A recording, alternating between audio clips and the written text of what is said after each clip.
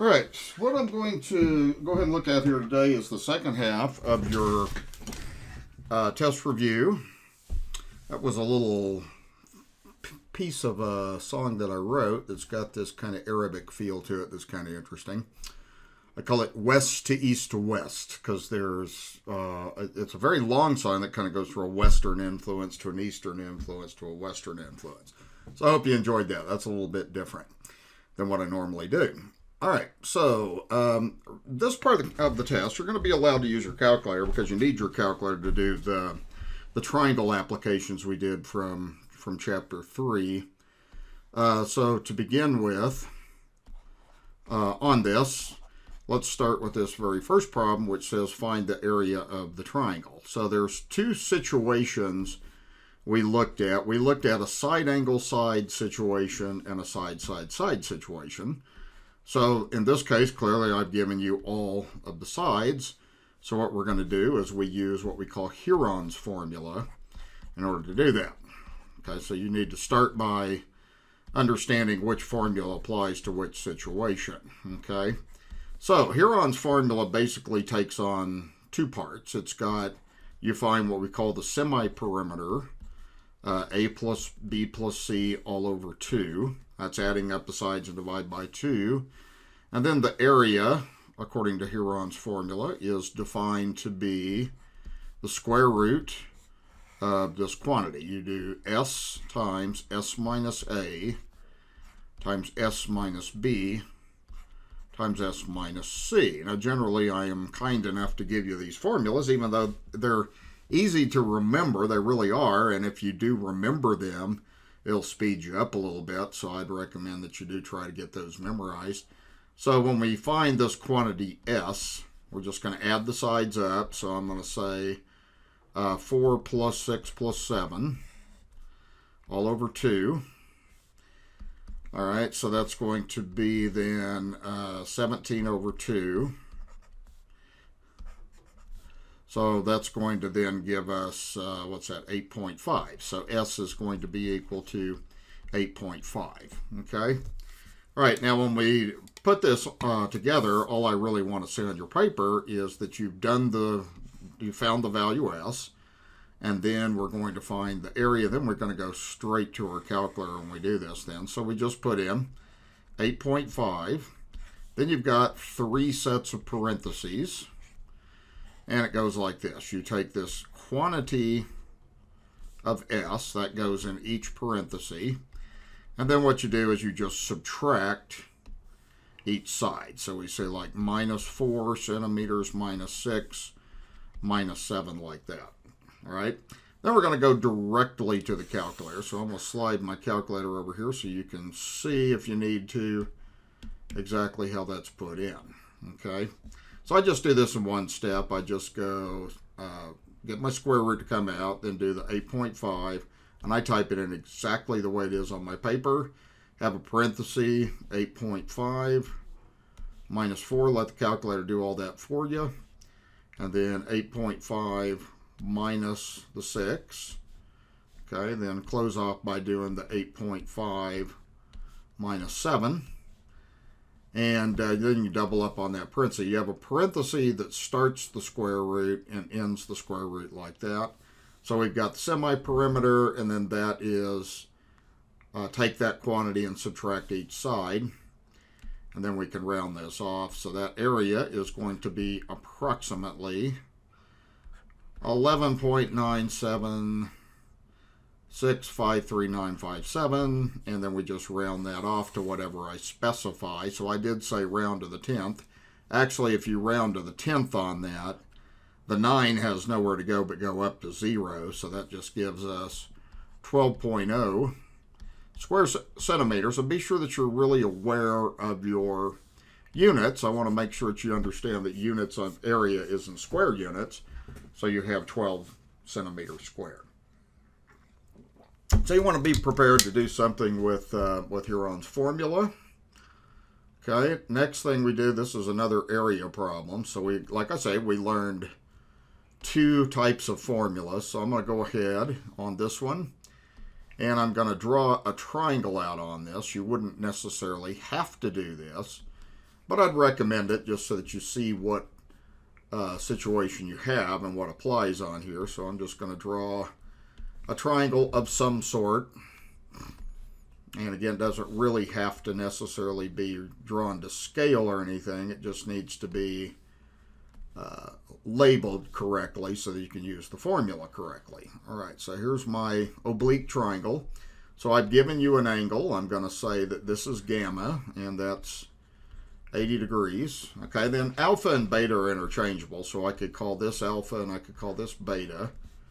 Okay, so I've also given you on this that C is equal to 14.8 inches, and I've given you side A is equal to 12.6.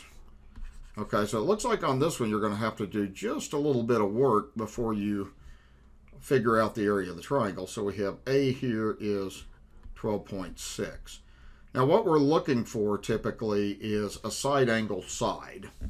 So if we could figure out this thing, then we could use our side angle side formula for the area of a triangle. Okay, and if you look at this, we've really pretty well got enough information to do this. And there's more than one way you could do this. So if I wanted to find this side so I could do the side angle side formula, I could do that. Or I could even do Huron's formula if I wanted to too. So it doesn't really make any difference. But I want to do it this way just to show you the side angle side formula and just kind of use that as a review. Okay, so then we could find any of these angles too if we wanted to as well. Okay, so we've got enough information to use the law of sine, so I'm going to just label this side as B, and I'm going to go ahead and then we can find that then. And then this side, of course, is A that you're given like that. All right, so what I'm going to do is I'm going to put my law of sines proportion together. So I'm going to start by finding A. So I could say sine of alpha over the side opposite. The length of the side opposite, that is, okay. Then I can say the sine of 80 degrees. And that's all over C, which is 14.8. Okay, so I could easily use my calculator to solve this then. So I'm going to multiply both sides by 12.6. And then I'll go to my calculator to get this figured out. So I've got sine of alpha is equal to 12.6. Sine of 80 degrees all over 14.8. Okay, you want to make sure you're in degree mode on this. So when we do this, then we're going to do just 12.6 multiplied by the sine of 80, close parentheses, then divide by 14.8. Okay, so that's going to give this quantity. Sine alpha equals 0.83841741113. And then alpha is going to be the inverse sine of that quantity. So you don't necessarily have to write all this out because you're going to use your calculator to approximate this angle anyway. So now what we're going to do is just do inverse sine. And like I've shown you before, this is stored in a memory key. So you can go second of the negative and get the answer to come out like that. Saves you a little bit of time, so that's going to be about 56.97 degrees, or let's just round that to 57 degrees now.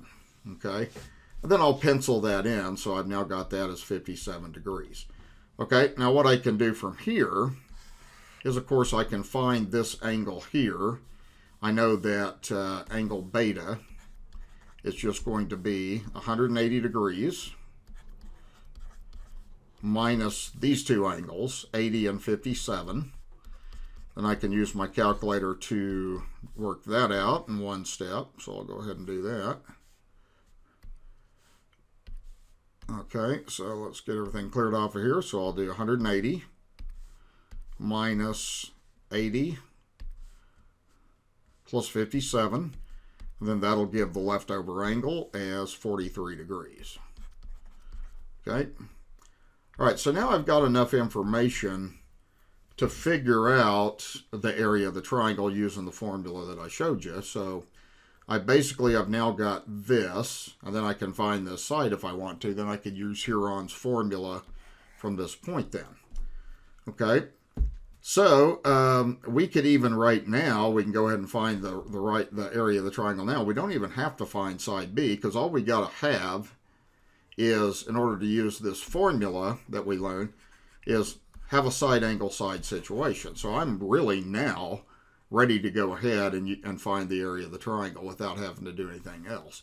So the area of the triangle is, the formula that we have is 1/2 AC sine beta.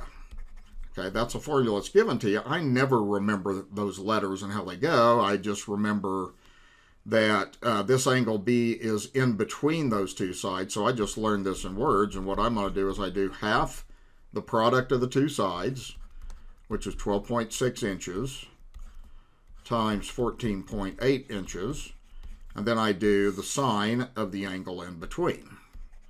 So I do the sine of 43, and then I go to my calculator, and then I'm pretty much done with it. Okay, so I'm just looking to see if I have a side angle side case. So I can go 0.5 for the 1/2 times the 12.6,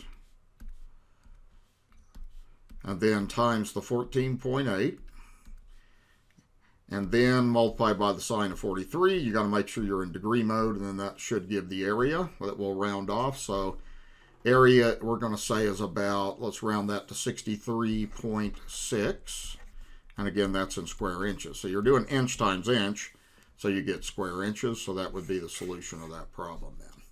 Okay, so there's more than one way to do this. You could find side B and then use Huron's formula if you wanted to. Or if you found side B, you could also do 1/2 this times the sine of 80.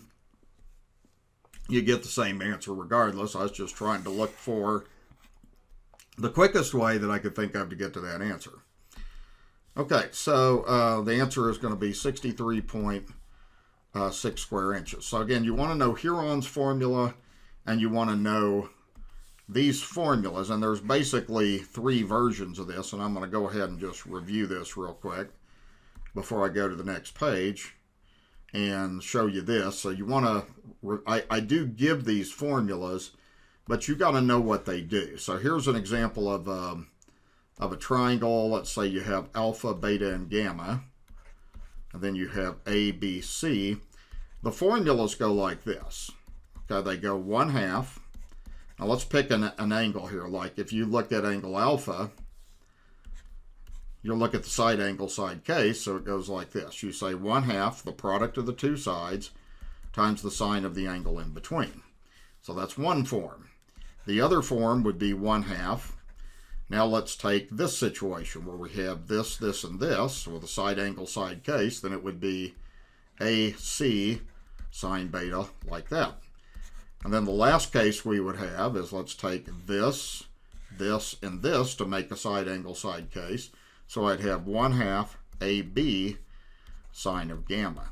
So these formulas, they're all given to you. I don't, remember them. I just remember they're a side angle side case, and that's pretty easy to remember then. So 1/2 CB sine alpha, 1/2 AC sine beta, 1/2 AB sine gamma. And that's how that goes. All right. So moving on to the next thing, more triangle problems here. So what we want to make sure that we have down here on this next thing would be how to just solve a basic triangle. So let's go ahead and make a triangle out of this. This one looks like it's the side, side, side case. I need to pause this just for... Okay, so let's go ahead and draw a picture on this. You don't necessarily have to, because it's pretty clear that this is the side, side, side case. So you have all your sides are fairly close to each other. So I'm going to label this, I guess, something kind of like this. And then we'll talk through how we have to find this. We're finding the just angle alpha. So typically one thing I do on a test, because of time constraints, is I might give you a triangle and I might have you just find one part of it. Okay. So let's go ahead and label just arbitrarily what we have here. I'm going to label this as gamma. I'm going to label this as beta. And I'll label that as alpha. Okay, so I've been given clearly that Side A is 20 inches. Side C, this side is 23.5 inches. And then side B is going to be 17 inches. So I've been given the side case. All right, now law of cosines, the thing that you want to remember about law of cosines is if you have a triangle, if you have a side, or a side angle side case, that's when you use law of cosines, okay? So clearly law of cosines is the way to do this. Again, I do give you law of cosines, but memorize it, I think, is a better approach to doing this then. So it doesn't matter which form. I'm going to go through at the side, and I'm just going to write the three forms, and I'm going to show you how I remember this. So there are three forms of the law of cosines. Okay, and each of them start with just the square of the side, and it's very easy to remember. What you do is a squared is equal to the sum of the squares of the other two sides minus twice the product of those two sides, and then it's the cosine of the angle that's opposite of A, so that's cosine of alpha. Okay, this form would go like this. It's a squared plus c squared, the other two sides, minus twice the product of those other two sides, and the angle that's opposite B is beta. And then the last one, c squared is equal to the sum of the squares of the other two sides minus twice the product of those two sides times the cosine of the angle opposite C. So that's how that goes. So you can really use any form of this that you want to. However, in this problem, you're asked to find alpha. So you want to use this formula right here because it has alpha in it.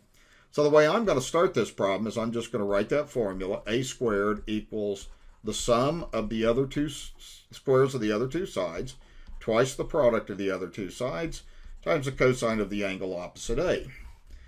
All right, now I'm going to solve this equation for cosine A, then I can go to my calculator and be done. So I'm just going to rearrange in my head. A couple things I'm going to do is I'm going to subtract b squared and I'm going to subtract c squared from both sides. So that gives a squared minus b squared minus c squared equals negative 2bc cosine of alpha. Okay, now I need to get rid of the 2bc, so I'm going to divide both sides by negative 2bc.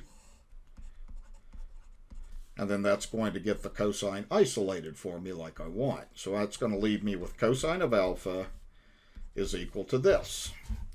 Okay, now I'm going to go ahead and just plug everything in now. So I've got a squared minus b squared minus c squared. And that's all over negative 2 times b times c.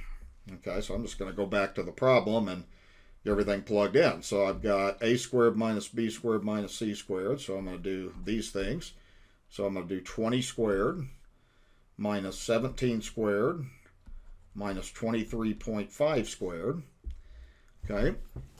And then when I do the bottom, I just do negative 2bc. So that's negative 2 times 17 times 23.5. Okay. So I'm going to go to my calculator and just go ahead and get that all crunched out. Now be careful how you put stuff in the calculator too. You can do it in one step if you want to. If you're really careful, you can do that. I'm going to just do this like this. I'm going to do the whole entire numerator in its own set of parentheses. So when I put this in the calculator, I want that to be in its own set of parentheses, and I want that to be in its own set of parentheses. So if you want to put this in one step, just go like this. Just go parentheses 20 squared minus 17 squared minus 23.5 squared. Close the parentheses, and see that's going to get the numerator done. Now you must put parentheses around the denominator because if you don't, it isn't going to calculate it right because it'll follow order of operations. So you want it to do the denominator before it divides. So do parenthesis negative 2 times 17 times 23.5 like that, and then you've got everything ready to be calculated. So I just press enter. And then I'll record that 0.5522522816. And then what I do is I just do the inverse cosine. Okay, so what I'll do now on the calculators, I'll just go ahead and do the inverse cosine of that answer. So alpha is going to be inverse cosine of this. Okay, all right. So I just go second cosine. This is stored in the answer key, so I can go second of the negative like that, and then that'll give that angle. Okay, so it looks like the answer to the problem is alpha is equal to about 56.5 degrees if I round that to the 10th as the problem asks. Okay. Okay, so then I'll record my answer, and then that finishes that problem. So what I typically a lot of times do to save time is I might not ask you to solve the whole triangle, but I might just ask you to find one part.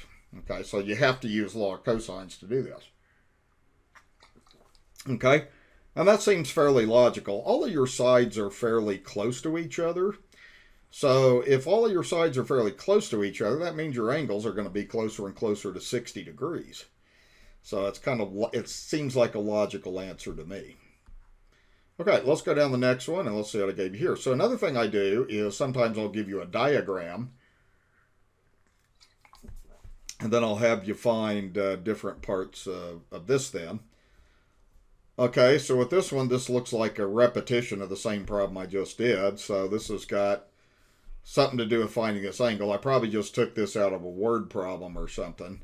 So we got this. So this is your cell phone. These are the distances between two towers. We can find this angle. And what you're given in this particular problem is you're given all three sides, so you can find law of cosines. Part of the reason I kind of like this problem is since I don't have anything labeled, I just have an arbitrary angle, I like to see if students can put this thing together by using the law of cosines.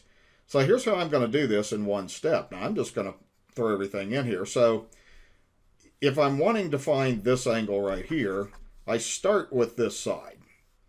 So I'm going to go like this. I'm going to go 2420 squared is equal to the sum of the squares of the other two sides. So I'm going to do 5050 squared plus 6000 squared minus twice the product of those two sides, 5050 times 6000, and then times the cosine of the angle in between, which is theta. And see, if I've got the law of cosines memorized, see, I can do that real fast. Okay, so I know if I got a side case, I got to work with the side opposite of the angle I'm wanting to find. Okay, then what I would do on this is I'd just go ahead and solve this equation, and I'd do it now. I wouldn't even square stuff. I would just get everything isolated, so I want the cosine to be all by itself, see.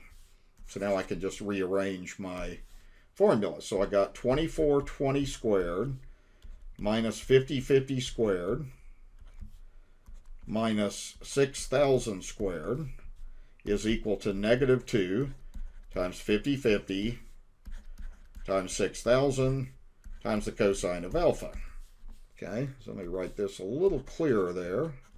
Oh, come on, let me erase that. Sometimes this thing just doesn't behave and cooperate, friend. I have no idea why. Okay, well, anyway, that's a 50-50 right there. Okay, so now what I'm going to do is I'm going to divide both sides by this quantity. Oh, now you behave. Now you show me what you're supposed to do. Okay, it's trying to make me angry. Okay, so we got that. All right, now I'm going to divide both sides by negative 2 times 50-50 times 6,000. Then I'll be ready to go to my calculator. And I'm just going to do this all in one step on the calculator like I did the last problem. So again, I'm applying law of cosines by doing this then. Okay? So now if I write down what I'm left with, I've got the cosine of theta here. Now I'm just going to put this whole thing in the calculator. And again, like the last problem, the key is have the numerator in one big set of parentheses and have the denominator in one set of parentheses so that you calculate that correctly. So I'm going to put that in. I'm going to go parentheses 2420 squared minus 50-50 squared. Oh. Okay, and then minus 6,000 squared. Like that, close parentheses. So you got the numerator in.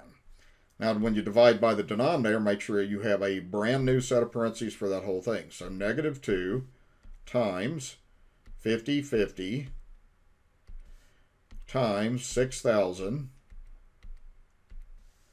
close parentheses, and then calculate. Just always make sure that you got everything typed in there correctly. Okay, so I've got 0.918252472.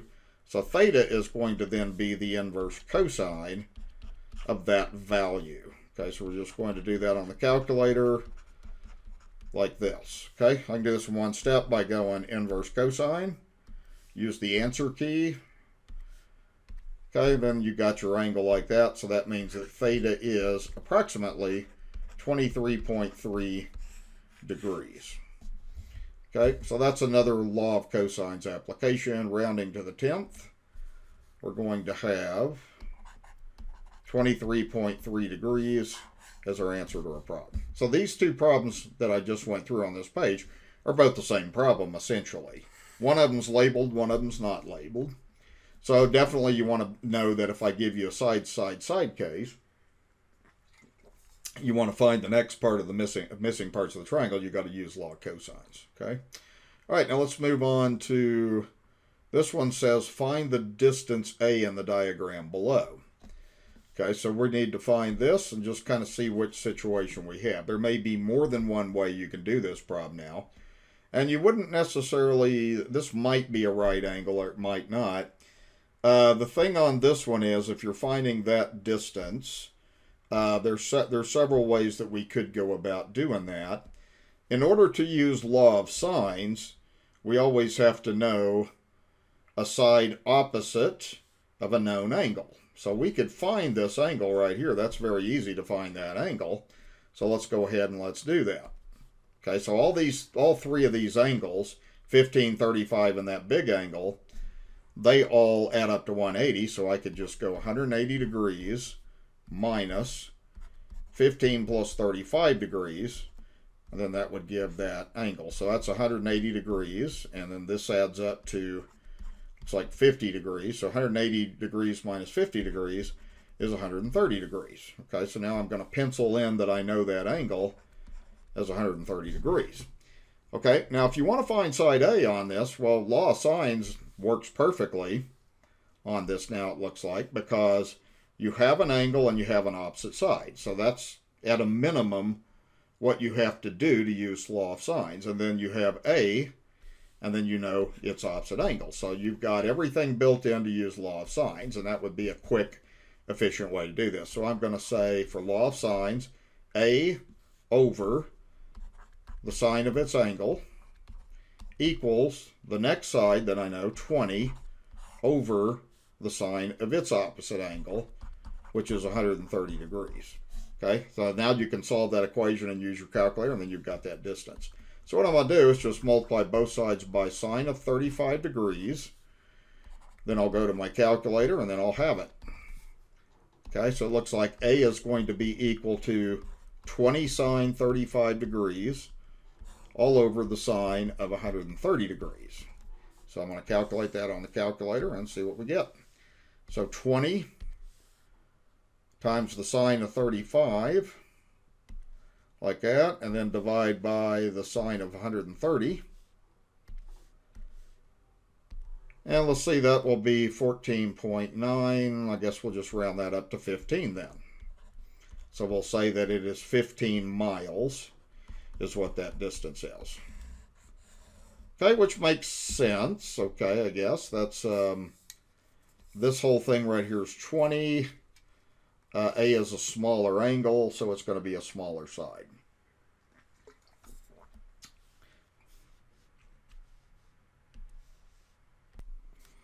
Okay, and one thing I was thinking about on this side, it might not have been clear. I probably should have mentioned that I had intended for the 20 to be that whole part right there, not just this little piece right there. If it was just this little piece right here, then you wouldn't have to use law of sines to find A. You just use standard right-angle trigonometry. Okay, so here's another one we want to take a look at. So we want to find the remaining parts of this triangle. So let's go ahead and start by drawing a picture of the triangle of some sort. So I'm going to just start by approximating a 40-degree angle, just to kind of see what I've got here. All right, so let's put this together kind of like this. Whoop. I don't know why it did that, but it did. Okay, so let's go ahead and see what we got on this then. So we've got, I'm going to label this as angle alpha is given as 40 degrees. Okay, now this side A is going to be given as 3. Then I'm going to go ahead and call this, I'm going to call this angle beta. And then this side opposite that is going to be B is equal to 2. Okay, not really drawn to scale, but it doesn't matter. So if you look at this one, this is the famous ASS case. So you have an angle, then you have a side, then you have a side like that. Okay, so what you're going to end up having is, you know that you have the ASS, the AS case, the ambiguous case. So what that tells you is, you got to beware that it's possible that you'll have no solution. You may indeed have one solution, or you might have two solutions. Okay, I generally don't test much over two solutions just because it's a lot of work and it's time consuming. So I usually kind of focus on one of the two, you know, just have you kind of look at one of those. So what we do is we got to start somewhere on this. So on law of sines, notice that you have a side opposite of an angle. So we can use law of sines. So we can match up these four things here and we can try to find angle beta. So we're going to go ahead and put our law of sines proportion together. So I'm going to put the sine of B. Okay, if you're finding an angle, you got to work with the sine of that over the length of it, the side opposite. Then go to the angle 40 degrees. So do the sine of 40 degrees and then divide by the length of the side opposite. And then we're going to do this. So really all I got to do on this problem is just multiply both sides by 2 in order to isolate that sine. So what I end up having is I have the sine of beta is equal to 2 sine 40 degrees all over 3. Then I can go to the calculator and crunch that out and see what I get. Either it's going to be possible or it's going to be not possible, and that's kind of what we'll know. So I'm going to go ahead and put in 2 sine of 40 like that, and I'm going to divide that by 3. So I get something that's possible here. So I get 0.42 8525071. So now I want to do the inverse sine of that quantity right there. So I'm going to go ahead and do that on the calculator. So I do inverse sine of that result, and that gives me approximately, we'll round that to 25.4 degrees. However, there's another possibility, and that's what you got to see. So basically what happens on this ambiguous case, if you got no solution on this statement, this is kind of that first statement that you put together is the key one. So that did give us a solution. In fact, it's going to give you two solutions, but then something's going to happen, which I'll show you. Okay, so I'm going to go ahead and do that. Now the other thing is, you know, on a unit circle, just if you look at an XY axis, what's really going on this problem basically is this. You've got a 25.4 degree angle in quadrant 1, but then that also is a reference angle for quadrant 2. So you can do 180 minus that to get the other possibility. So we can do 180 minus 25.4.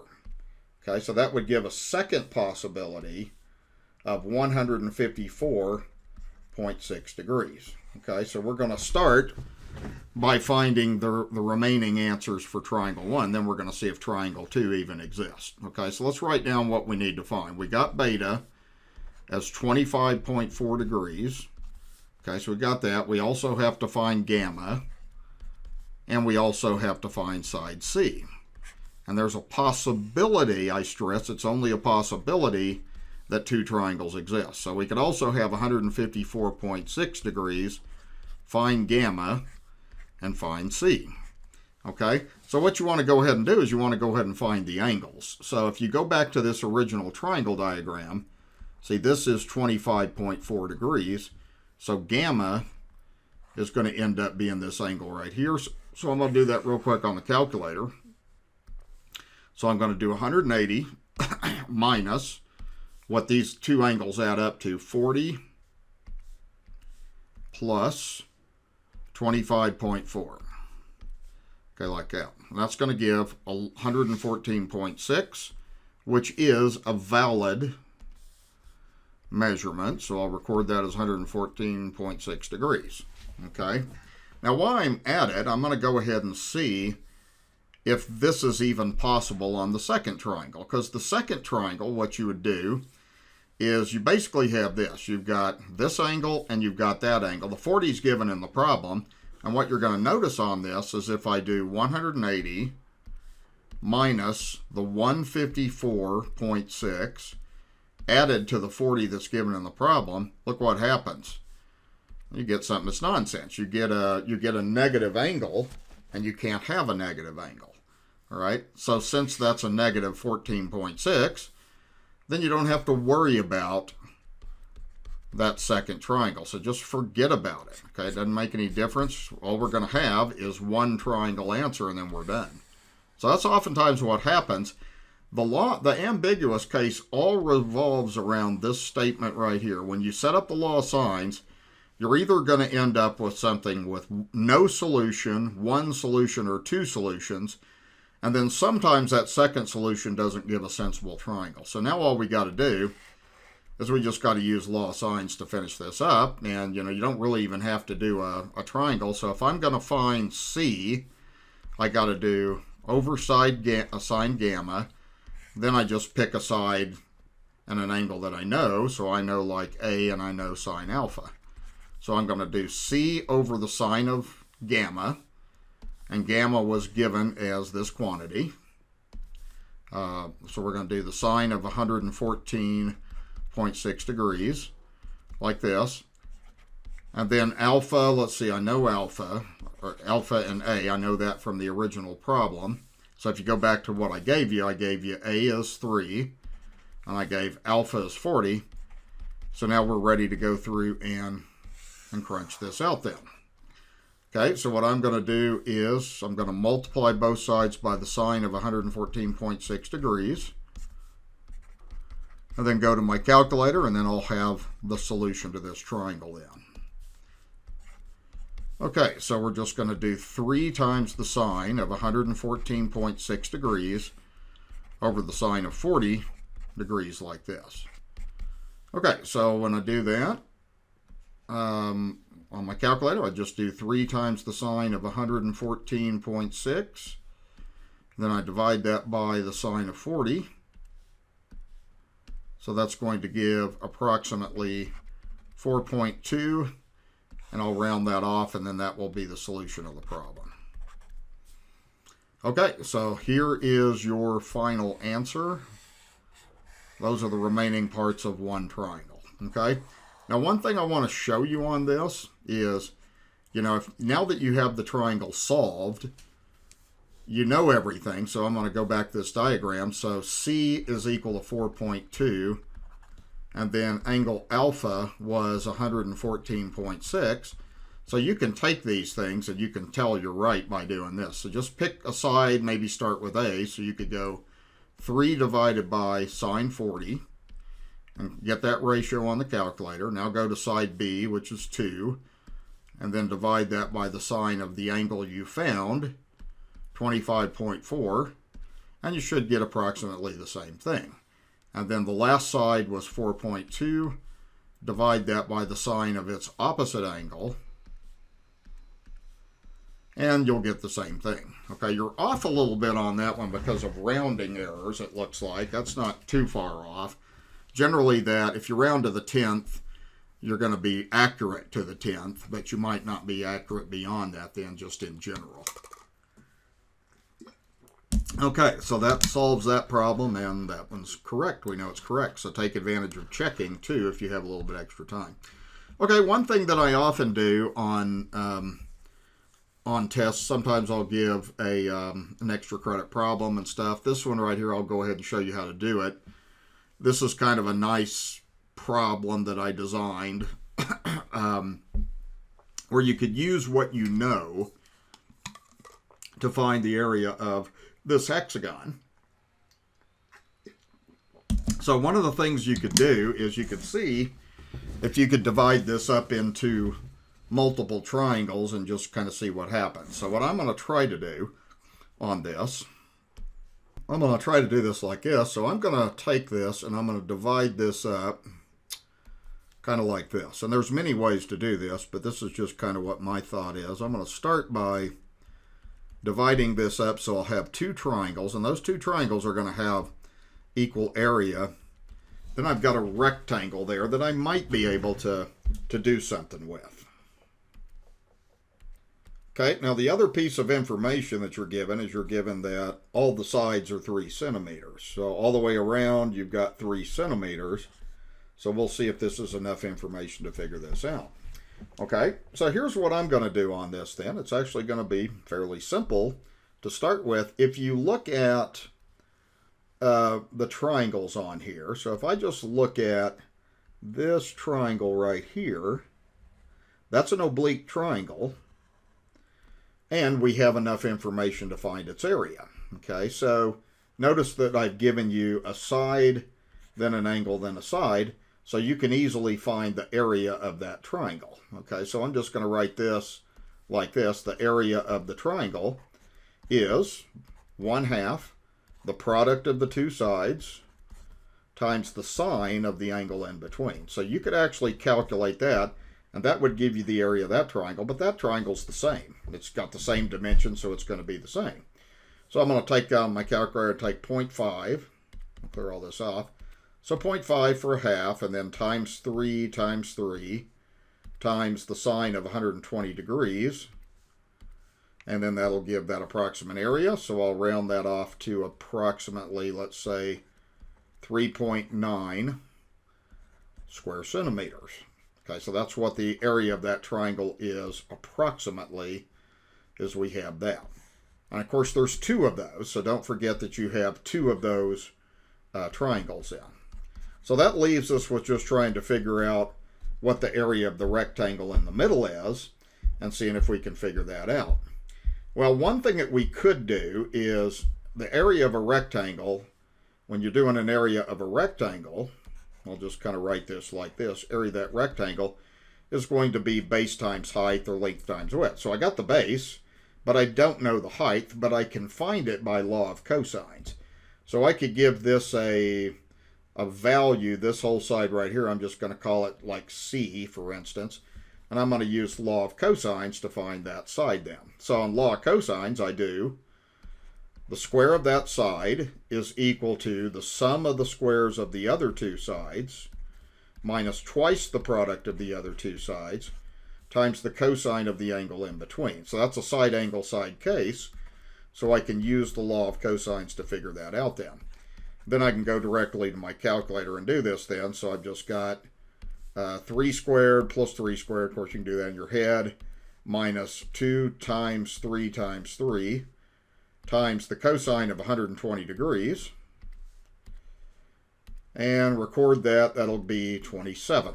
Okay, then I can do the square root of both sides, and I'm just going to use decimals on this particular problem. So I'm going to have C is approximately equal to, and I'll round this to 1 decimal, we'll say that's about 5.2.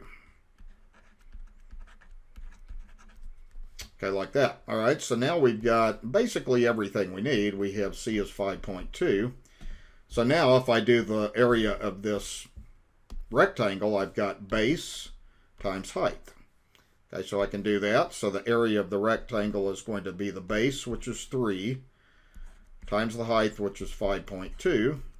So I can do 3 times 5.2, and that gives about 15.6 square centimeters. Okay, so now I'm ready to get the answer to the problem. So it's just basically we're going to do the area of the hexagon.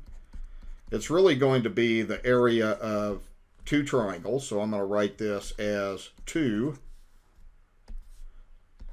times the area of the triangle, which we found, added to the area of the rectangle. Okay, like this. I'm getting ahead of myself a little bit there.